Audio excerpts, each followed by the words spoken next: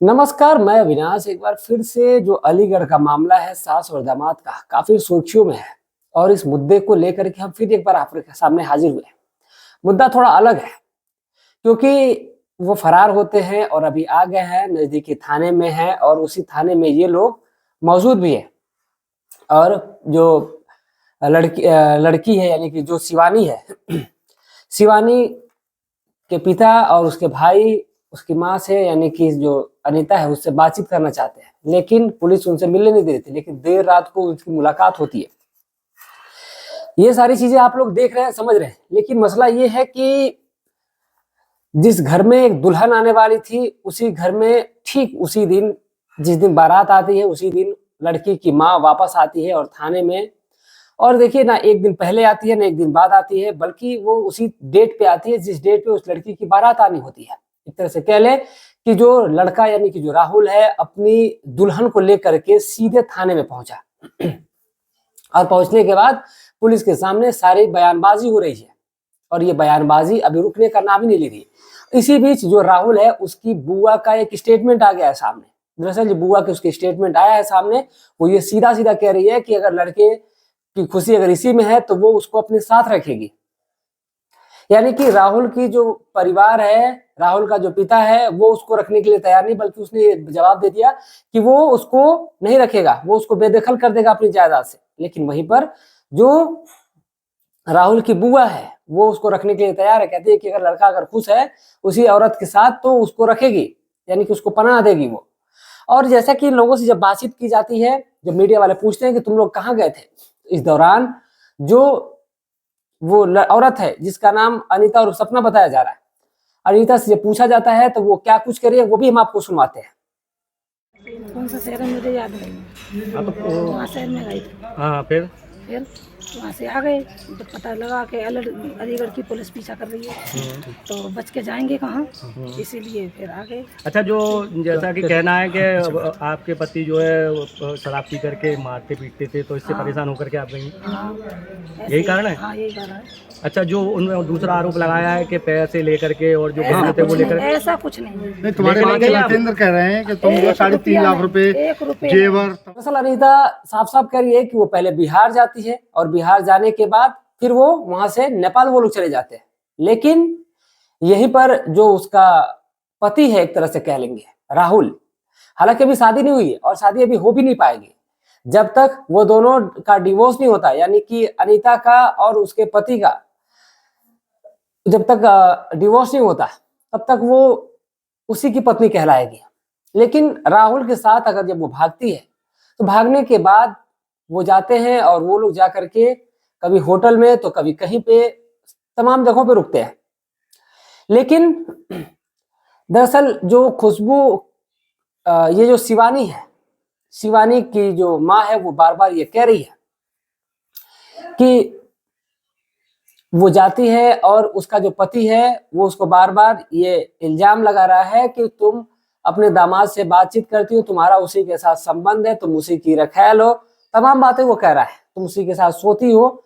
मतलब एक बहुत ही बड़ा एक ब्लेम लगाता है और शायद उसका ये कहना है कि वो इसी वजह से अपने पति को, अपने बेटी को, सबको छोड़ करके भाग जाती है। लेकिन सोचिए, वो एक नंबर की बेशरम और बेहया औरत है जो इस प्रकार की हरकतें की है। उससे जब पूछता जाता है, मीडिया वाले जब पूछते हैं उससे कि तुमने ऐसा क्यों किया, तुम अब तुम्हारी बेटी की बारात आने वाली थी आज ही की डेट में और आज ही की डेट में तुम वापस आई हो और ये तुम्हारे लिए शर्म की बात नहीं है। इस पर जो महिला है वो कुछ बयान नहीं देती है। वो कहती है, मीडिया जब पूछती है उससे कि तुम क्या इससे शादी कर ली हो, तो बोलती है कि नहीं, अभी शादी नहीं की। लेकिन वो कह रही है कि शादी वो उसी से करेगी और वो अब उसी के साथ अपना जीवन गुजारेगी। लेकिन वहीं पर एक बात ये भी सामने आई है कि जो राहुल है, राहुल के लिए कोई नई बात नहीं है, बल्कि जो राहुल है इस मामले में, वो इस खेल में काफी एक बड़ा खिलाड़ी रह चुका है। ये जो अनीता और सपना है, ये उसके लाइफ की अभी ये तीसरी औरत है। उसके लड़कियों की नहीं मैं बात कर रहा हूं, लड़कियां तो पता नहीं कितनी आई गई होंगी, लेकिन औरतों की बात कर रहा हूं। एक औरत और आई थी और उसके बाद भी एक औरत आई थी और वो दोनों औरतें आती हैं, उसके साथ रहती हैं, रातें गुजारती हैं। उसके बाद गांव वाले पंचायत करते हैं और पंचायत करने के बाद उसको छुड़ा दिया जाता है।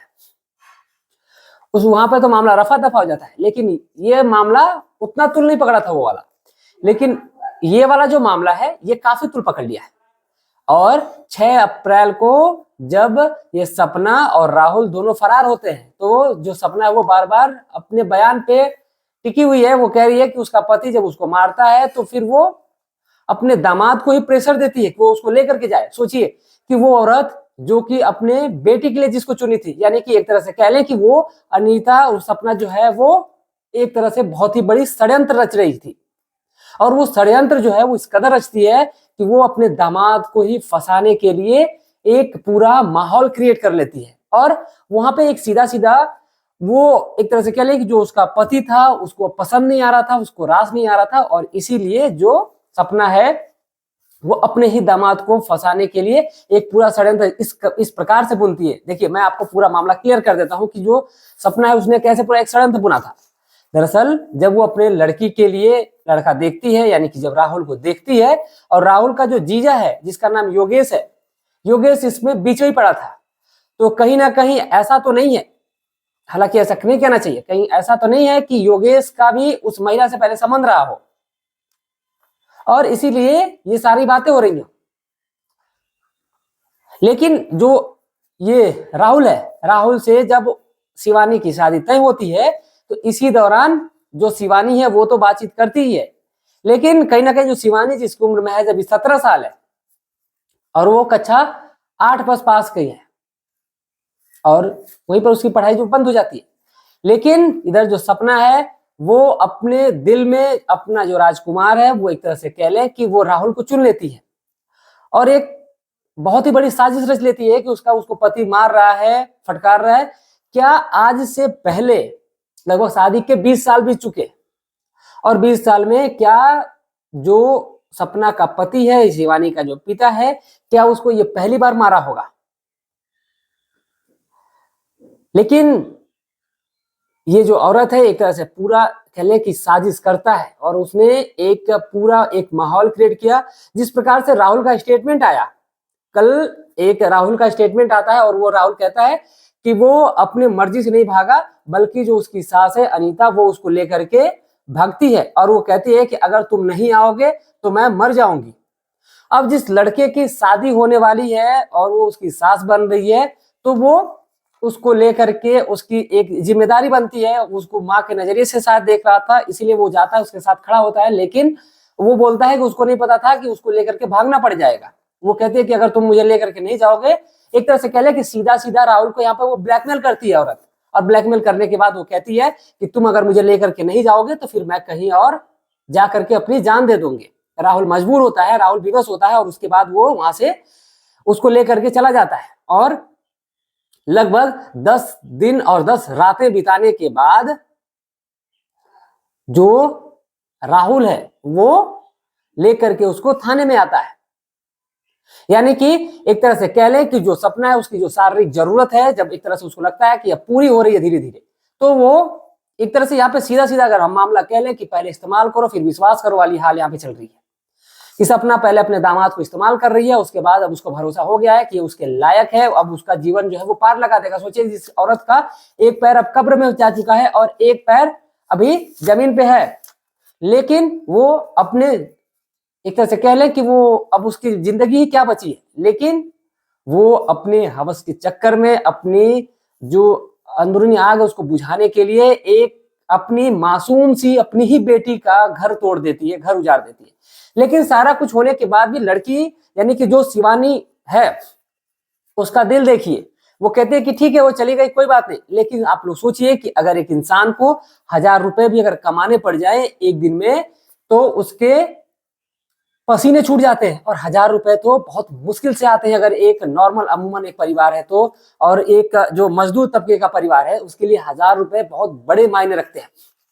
और कहीं ना कहीं तो सोचिए कि 3.5 लाख रुपए का कैश जो एक पिता अपनी बेटी की शादी में खर्चा करने के लिए, उसमें कुछ दहेज की रकम थी और कुछ टेंट हलवाई और जो बेटी की खरीदारी की थी और बेटी के कपड़े लत्ते सारी चीजें उसमें अभी खरीदने के लिए अभी वो पैसे एक एक रुपए जुटा करके वो रखा हुआ था, और अपनी बेटी को दहेज में देने के लिए गहने जो बनवाए थे वो सारी चीजें थी, और जो उसने सोचिए कि जो शिवानी की जो दादी थी उसके गहने थे उसको तुड़वा करके उसका बाप बनवाया था और बनवाने के बाद वो रखा हुआ था। और जो शिवानी की माँ है उन सारे गहनों को लेकर के और अपने भी गहने लेकर के और जो कैश है उसको लेकर के वो फरार होती है। और फरार होने के बाद जाकर के उस राहुल नाम के लड़के के साथ रातें गुजारती है।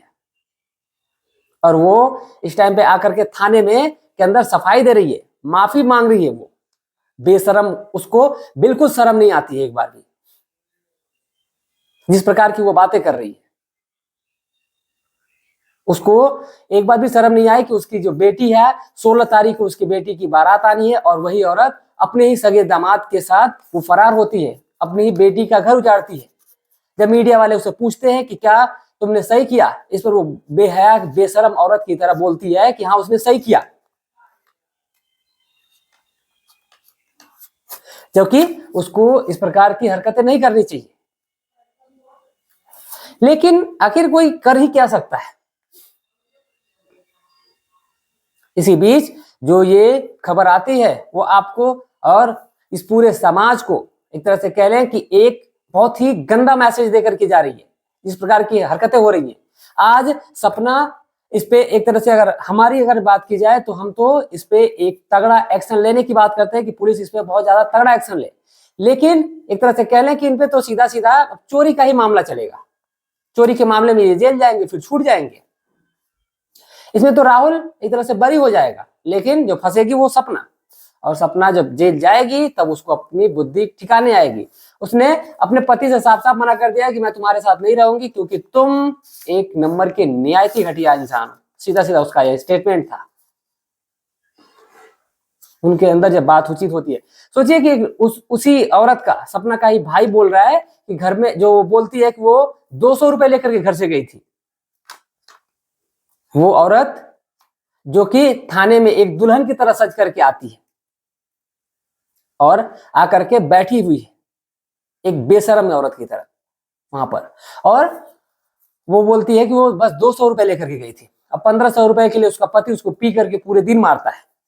एक तरह से ये सीधा सीधा झूठा इल्जाम लगाया जा रहा है। उसके भाई का ये बयान आया है कि जो भी वो गई है वो क्या कर रही है, वो मर जाए उससे कोई फर्क नहीं पड़ता, लेकिन जो पैसे लेकर के गई है वो पैसे वापस कर दे ताकि उसकी भांजी की शादी करनी है अभी। एक लड़की जो कि उसकी दुनिया बचने से पहले ही उसकी ही मां उजाड़ करके खुद उसके ही पति के होने वाले पति के साथ वो फरार हो गई थी और रंगरेलिया मना करके 10 दिन बाद वापस आती है। एक तरह से कह लें कि ये प्री वेडिंग का शूटिंग करने गई थी और जाकर के वहां पे अपनी जो काम है उसको कर करके आती है। तो आप लोग क्या सोचते हैं, आप लोगों की क्या राय है, आप लोग कमेंट में जरूर बताएं। और मिलते हैं जल्द ही आपसे एक अलग केस पे, एक अलग पहलू पे कुछ ही समय बाद। तब तक के लिए आप लोग अपना ख्याल रखें, अपने परिवार का ख्याल रखें। आप लोग क्या सोचते हैं अपनी राय कमेंट में जरूर लिखें। मिलते हैं एक और घटना के साथ, तब तक के लिए जय हिंद, जय भारत।